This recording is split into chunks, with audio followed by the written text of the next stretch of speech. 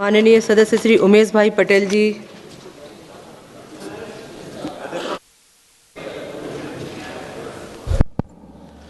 अध्यक्ष महोदया जी, मैं जनविश्वास संशोधन विधेयक पर अपने विचार रखते हुए कहना चाहता हूं, डॉक्टर बाबा साहेब आम्बेडकर जी ने कहा था, कानून का सम्मान तभी होता है जब वह न्याय संगत और जनहितकारी हो, और इसी भावनाओं के साथ ये विधेयक लाया गया है जो स्वागत योग्य है।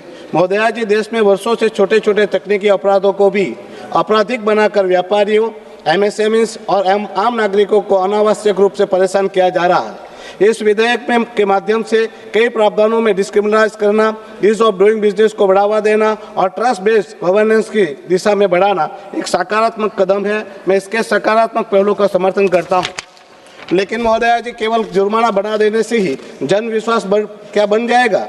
क्या कहीं ऐसा तो नहीं है कि क्रिमिनल लायबिलिटीज को हटाकर हम फाइनेंशियल बर्डन आम नागरिक और छोटे व्यापारियों पर डाल रहे हैं? महोदया जी, बड़े उद्योगों के लिए जुर्माना खर्च बन जाता है, लेकिन छोटे व्यापारियों के लिए वही जुर्माना सजा बन जाती है। इसलिए एमएसएमईज के लिए प्रोपोर्शनेट पेनल्टी हो, पहली गलती पर वार्निंग सिस्टम लाना अत्यंत आवश्यक है। महोदया जी, दूसरी चिंता यह है कि अधिकारियों को दिए गए विवेकाधीन शक्ति कहीं इंस्पेक्टर राज को नई रूप से वापस तो नहीं ला रहे। अकाउंटेबिलिटी कहाँ है? ट्रांसपेरेंसी कहाँ है? महोदया जी, मेरे कुछ सुझाव सदन में रखना चाहता हूँ। एमएसएमईज के लिए प्रोपोर्शनेट पेनल्टी सिस्टम हो, जिसमें छोटे व्यापारियों को एमएसएमईज के लिए अलग पेनल्टी स्लैब हो। पहली गलती में वार्निंग, दूसरी गलती में नॉमिनल फाइन, बार बार उल्लंघन पर स्ट्रिक्ट पेनल्टी के साथ सजा का भी प्रावधान हो। महोदया जी, एक ही कानून से छोटे दुकानदार और बड़े कॉर्पोरेट को नापना न्याय संगत नहीं है। पहली बार गलती पर क्रिमिनल केस नहीं, सुधार का मौका और कंप्लायंस का विंडो हो। इसका impact ease of doing business और ट्रस्ट बिल्ड होगा। हर पेनल्टी ऑर्डर डिजिटली रिकॉर्डेड हो और पब्लिकली एक्सेसिबल हो। रैंडम ऑडिट सिस्टम लागू की जाए। अधिकारी के गलत निर्णय पर पर्सनल अकाउंटेबिलिटी हो। महोदया जी, डिस्क्रिएशन बिना अकाउंटेबिलिटी विश्वास नहीं, भय पैदा करता है। महोदया जी, 30 दिन में शिकायत का निपटान अनिवार्य हो, डिले पर अधिकारी जिम्मेवार हो। इसका इम्पैक्ट जनता को सीधी राहत मिलेगी। एमएसएमई के लिए पेनल्टी टर्नओवर के प्रतिशत से जुड़ी हो, फिक्स भारी जुर्माना से बचाव मिले। इसका इम्पैक्ट छोटे व्यापारियों पर फाइनेंशियल शॉक नहीं पड़ेगा। हर 2 साल में रिव्यू, किन लॉज में अब्यूज हो रहा है, इसकी रिपोर्ट संसद में रखी जाए। इसका इम्पैक्ट कंटिन्यूस रिफॉर्म और पार्लियामेंट्री कंट्रोल होगा। Single window digital compliance system, multiple license filing का मर्ज करना, इसका impact ground level ease of doing business पर होगा। छोटे व्यापारियों को कंप्लायंस सिखाने के लिए district level help centre, training camps हो। महोदया जी, नियम बनाना आसान है, लेकिन इन्हें समझना और लागू करना सरकार की जिम्मेवारी है।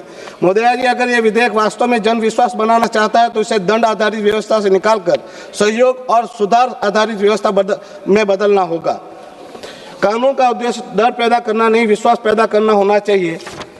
जन विश्वास तभी साकार होगा जब हर नागरिक को एक समान हक और अधिकार प्राप्त हो। माननीय अध्यक्ष महोदया जी, मैं इस सदन के माध्यम से एक अत्यंत गंभीर और संरचनात्मक लोकतांत्रिक विषय को उठाना चाहता हूँ।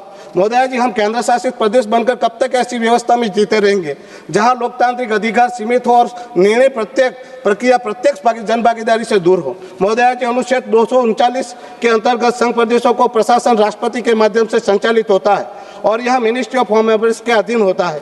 लेकिन जमीनी स्तर पर यह स्थिति यह है कि जो विभिन्न मंत्रालयों की योजना आती है पर समन्वय का अभाव रहता है, प्रस्ताव लंबित रहते, स्वीकृत निधियों के निर्गमन में देरी होती है और सबसे महत्वपूर्ण जवाबदेही स्पष्ट नहीं होती। विशेषकर मेरे प्रदेश में संदर्भ में ये समस्या और अधिक गंभीर। मैडम, 1.5 मिनट में पढ़ा लूंगा। महोदया जी, हमारे प्रदेश में नागरिक भी इस देश के समान नागरिक वाले अधिकार वाले नागरिक है। इन्हें भी लोकतांत्रिक गरिमा में वही भागीदारी, वही अवसर मिलना चाहिए जो अन्य राज्यों को प्राप्त। इसलिए मैं आपके माध्यम से सरकार के समक्ष कुछ ठोस सुझाव हमारे प्रदेश के लिए कहना चाहता हूँ। हमारे केंद्र शासित प्रदेश में लेजिस्लेशन असेंबली की स्थापना की जाए। यदि जनसंख्या को बाधा माना जाता हो तो सभी छोटे केंद्र शासित प्रदेशों को उनके लिए कॉमन असेंबली फ्रेमवर्क विकसित किया जाए। हमारे प्रदेश को डीएनए के साथ मर्ज करने की जगह अगर पुनः गोवा के साथ जोड़कर लोकतांत्रिक मुख्यधारा में शामिल करने पर विचार किया जाता तो कम से कम हमें भी लोकतांत्रिक व्यवस्था प्राप्त होती। संघ प्रदेश में प्रशासन हेतु एक पृथक मंत्रालय या कम से कम department of Indian territory affairs की स्थापना की जाए। सभी केंद्रीय योजनाओं के प्रभावी क्रियान्वयन के लिए इंडियन टेरिटरी कोऑर्डिनेशन सेल बनाया जाए। प्रत्येक मंत्रालय में यूटीज के लिए डेडिकेटेड नोडल ऑफिसर नियुक्त किया जाए। फंड निर्गमन और योजना प्रगति पब्लिक मॉनिटरिंग सिस्टम लागू की जाए। महोदय जी, जब उत्तर पूर्व में विकास के लिए एक अलग मंत्रालय बनाया जा सकता है तो संघ प्रदेश के लिए ये ऐसा समर्पित मंत्र क्यों ना हो? अंत में मैं एक अत्यंत महत्वपूर्ण संवैधानिक एक मुद्दा उठाना चाहता हूं। जब देश में लोकसभा की सीटें का विस्तार किया जा रहा है तो राज्यसभा में भी सीटों का संख्या बढ़ाई जाए और ये सुनिश्चित किया जाए कि सभी केंद्र शासित प्रदेशों को भी राज्यसभा में प्रतिनिधित्व मिले। महोदय जी, ये मांग किसी राजनीतिक लाभ के लिए नहीं, ये मांग प्रशासनिक स्पष्टता की है, ये मांग जवाबदेही की है और ये मांग संघ प्रदेश के करोड़ों नागरिक के समान अधिकारों की है। अब समय आ गया है कि संघ प्रदेश को भी केवल प्रशासन क्षेत्र नहीं बल्कि समान अधिकार और समान प्राथमिकता वाले क्षेत्र के रूप में देखा जाए। धन्यवाद। अंत में अपनी इसी भावना को के साथ मैं इस विधेयक का समर्थन करते हुए मेरा वक्तव्य पूरा करता हूं। आपने मुझे पूरा समय दिया, इसके लिए आपका तहे दिल से आभार। धन्यवाद। जय हिंद, जय भारत। माननीय सदस्य श्री